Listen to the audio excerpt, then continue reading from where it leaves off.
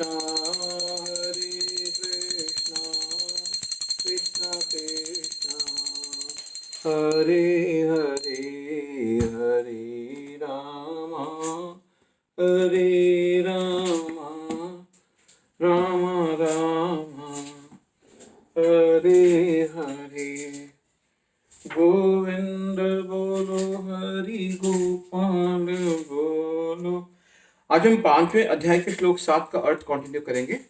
चूंकि प्रत्येक व्यक्ति उसके कर्म से प्रसन्न रहता है अतः उसकी चेतना शुद्ध रहती है। चूंकि उसकी चेतना शुद्ध रहती है अतः उसका मन पूर्णतया नियंत्रण में रहता है। मन को नियंत्रित होने से उसकी इंद्रियां संयमित रहती हैं। चूंकि उसका मन सदैव कृष्ण से में स्थिर रहता है अतः उसके विचलित होने का प्रश्न ही नहीं उठता।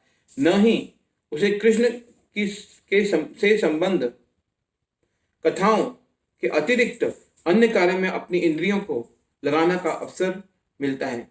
वह कृष्ण कथा के अतिरिक्त और कुछ सुनना नहीं चाहता। वे कृष्ण को अर्पित किए हुए भोजन के अतिरिक्त अन्य कुछ नहीं खाना चाहता और न ऐसे किसी स्थान में जाने की इच्छा रखता है जहाँ कृष्ण संबंधी कार्य ना होता हो।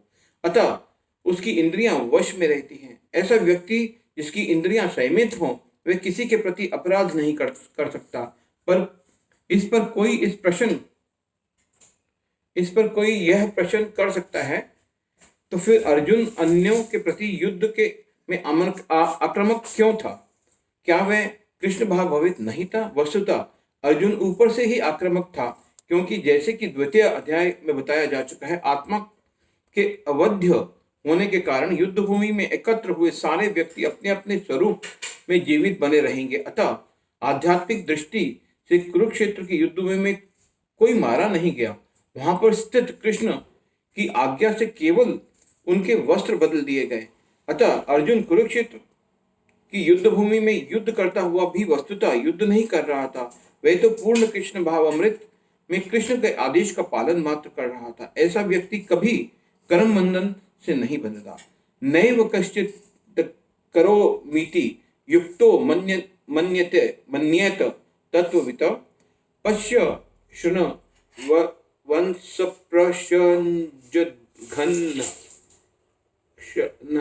गच्छन् स्वप्न श्वसन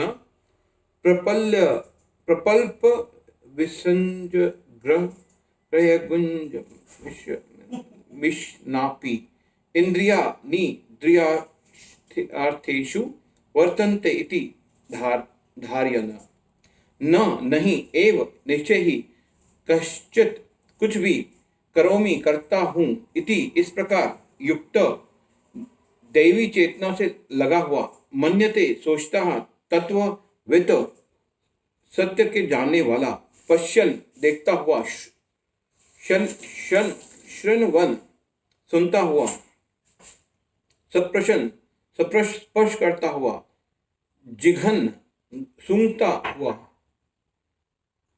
अश्नन खाता हुआ गच्छन जाता हुआ स्वप्न देखता हुआ श्वसन सांस लेता हुआ प्रलपन बात करता हुआ विसर्जन त्यागता हुआ ग्रहवन स्वीकार करता हुआ उन्मिशन खोलता हुआ निमिशन बंद करता हुआ अपि वे भी इंद्रियों को इंद्रिय अर्थेषु इंद्रिय तृप्ति में वर्तन्ते लगी रहने देकर इति इस प्रकार धार्यन विचार करते हुए दिव्य भावनामृत युक्त पुरुष देखते सुनते स्पर्श करते सूंघते खाते चलते फिरते सोते तथा श्वास लेते हुए भी अपने अंतर में सदैव यही जानता रहता है कि वास्तव में वे कुछ भी नहीं करता।